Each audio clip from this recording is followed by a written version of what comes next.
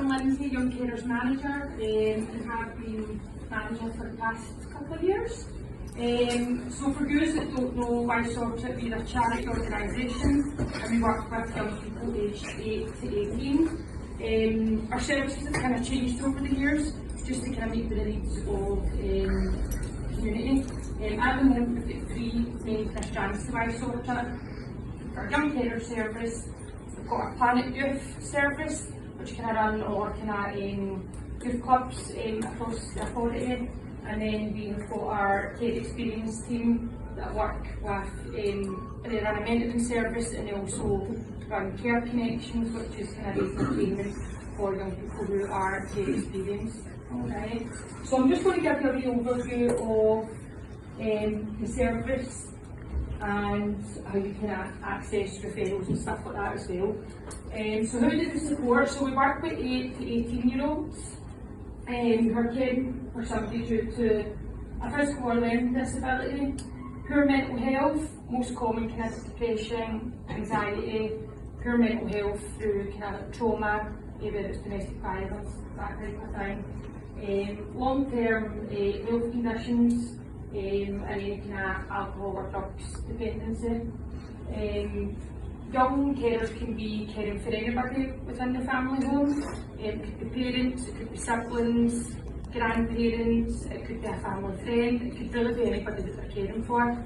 We found that it's normally parents and siblings that our young people, the majority, are caring for at the moment.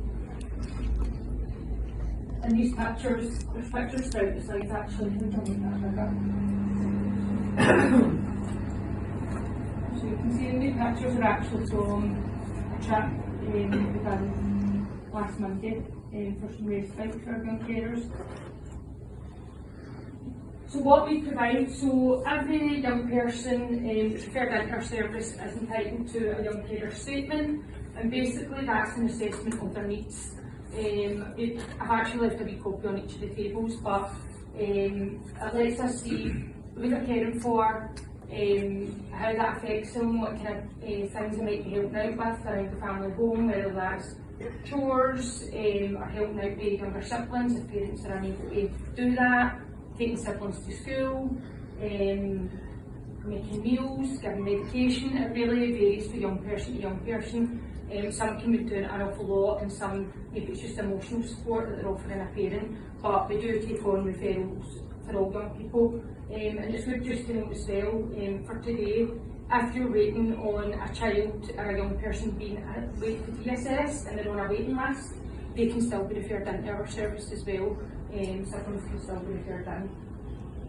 So one-to-one support, so we have a staff team of 5, that's including myself, so 4 full-time workers, and we work in all the local high schools and primary schools in the area, and we've got champion workers, young carers champions are called, in each of the schools, and that's our staff's kind of go-to people. We discuss any young people, catch up, any wee updates about our young people as well. One-to-one support can be done in a school setting, and it can also be done out in the community, whether that's at one of our centres in Clydebank or Cornhill, or they can meet and go for wee walks, they can go for a wee coffee, or whatever it may be. Again, it's what the young people think for that then, and what they kind of want to do as well. Young carers group and small groups, so we do have 2 centres as I mentioned there. We've got one in Clydebank, just on Crown Road, and we've got Leggett Community Centre in Bonhill. So it is quite good that we've got the 2 locations. We used to just have Clydebank, so it's good that we've now got a building down the other end of the local authority, and it just gives the staff more scope then to meet the young people and things. Our group does run in both areas, and then we have a kind of seniors group as well that meet kind of once a month. Small groups, so that's basically more targeted support for some of our young people, like if there is common themes coming through once they're doing their statements. If it's maybe they feel like they're not as active or they want to be more healthy. I know there's been groups recently that have come in and they've done cooking, making recipes from scratch, and doing that as a kind of maybe 4 or 5 young people. The groups are busy that we run, and sometimes that can be a wee bit intimidating for young people if they're maybe a wee bit unsure, a wee bit anxious. So we do the small group first, just to get them used to the workers, to get used to meeting maybe other young people, and then used to the environment as well. These big centres can be, oh, no sure of that. So yeah, the smaller group tends to work, and then we can kind of build them up to then come along our bigger groups as well. Respite, so day trips and overnights, again, depending on the young person, a day trip might just be enough for them, or if they want that kind of more respite, we offer the overnights as well. Day trips, we've been every trip you could possibly imagine. We've been to safari parks, cinema trips, anything you think we've probably done it. We're very lucky at West Dunbartonshire that we have got a hut at Carbeth.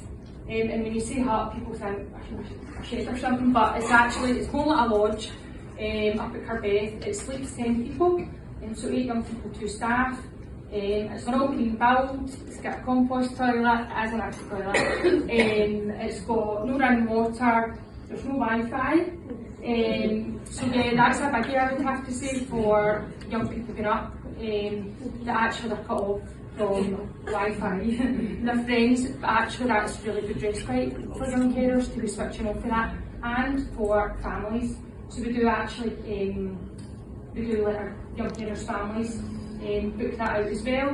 Normally the kind of summer months are busiest towards the cold weather. We don't kind of the winter months, we don't book it out, but spring, summer, autumn is really busy with bookings and families get up to use that. Just to spend time together as well.